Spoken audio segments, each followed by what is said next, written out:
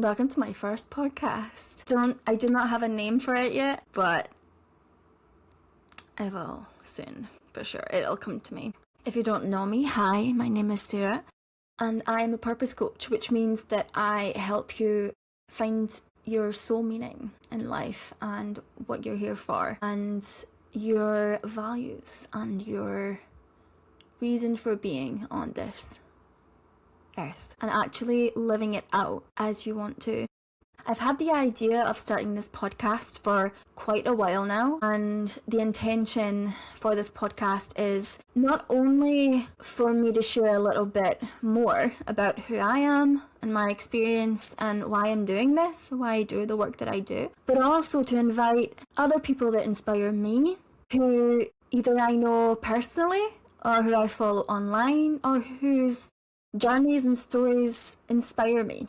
And the purpose of that is to share other people's purpose, so you can have a look into other people's lives and how their purpose expresses itself through other people, to show you how different other people's purpose can express itself through different people, because no one's the same, everyone is unique. And everyone has this unique purpose in their life. And I really want to help people demystify purpose, because purpose can feel so vague and mysterious, and there's another word that I'm looking for, so out of reach, that I want to be able to help people actually understand what it is, and how to get there, and how to hold it, and how to live it in your day-to-day life. And this conversation around purpose matters to me so much, because I feel like my own purpose is exactly this. It's to bring you this information. It's to bring you this podcast, the content,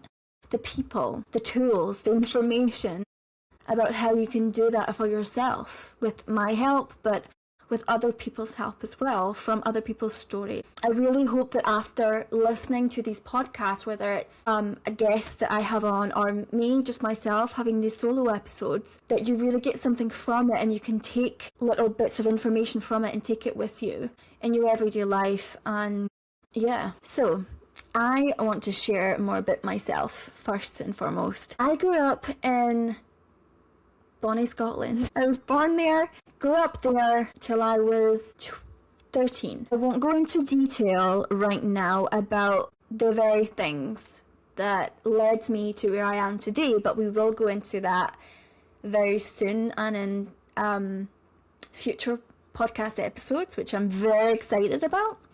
But I will give you an overview of who I am, how I came to be here doing this. Yeah. So as I said, I grew up here, and I was born in Dundee, Scotland, and I lived with my mum, and I grew up here in Scotland with her and her partner at the time, and unfortunately she passed away with cancer when I was 11. Little did I know that would be the huge catalyst for where I am today, but I will go into that another time. And then because my mum transitioned and she was no longer here in the physical, I made the decision at the very young age of 12 years old to go live with my dad at the time, who I didn't really know, let's put it that way, at the time, as a person. I could recognize him on the street if I passed him by. I knew his face, I know what he looked like, but I did not know who he was as a person. So I decided to go live with my dad at that time, and this is kind of where my world not only got shaken up by my mother's passing, but also got shaken up by the fact that I then moved abroad when I was 13, 14. At that time, my dad was with a French woman, and they decided to better our lives, and they made the decision to move abroad, so moved to her home country, France. That was another huge catalyst for me, looking back on it. I was not at the time, obviously, as a child, but now looking back, it definitely shaped who I was today. I'm excited to get into that as well in a separate episode. And that time for me was very, very difficult. Very difficult for multiple reasons. I really felt alone. I could not trust people anymore. I had seen, because of some events that happened, I had seen sides of people, adults, that were supposed to protect me, not protect me. And it felt like as a child, my world came crashing down. And it exposed people. And I felt the people around me did the best that they could at the time with what they had and what they knew. But as a child, that definitely wasn't enough. I definitely felt that I wasn't. People around me really felt, people around me were grieving too, and so they didn't really know what to do with a 11-year-old, child that just lost her mom. That now has moved abroad to a different country that has, she has to learn a totally different language, a totally different culture, a totally different family. It's everything different. And, as you can imagine, that was really hard. And so I just didn't feel supported like I would have wanted to, that would have made me thrive more. Yeah. And so, I just felt, I didn't feel very connected to my family at that time. I didn't feel that I was respected, or that they knew me, or that they, I just felt very isolated and misunderstood and insignificant. And I just had no relationship with them, right? There was no connection there at all. And so it was hard, right, growing up, not having someone to hold on to, someone who I could really trust, someone who could actually see me and feel me. And so when I left the house, when I left to go live with myself when I was a student, it's a very cliche thing that happens, especially with women, girls, is that their first relationship is very turbulent and toxic, and becomes a very big life lesson. And so that's what happened. So multiple, heartbreaks in relationships where, these same feelings that I had growing up, as they do, they manifest and reflect in your romantic relationships. And so after that breakup, the first big breakup, this is where I had, as they like to say, the dark night of the soul, where I wasn't going to school anymore. I was still staying in the studio apartment that the government was funding for me because I was a student. It was like a student accommodation that I was still living in, but I wasn't going to the classes. And one thing I do remember is actually being in the auditorium of the university in a class. I can't remember which class it was. And I was sitting there with my pen and my paper, and I was looking out the window.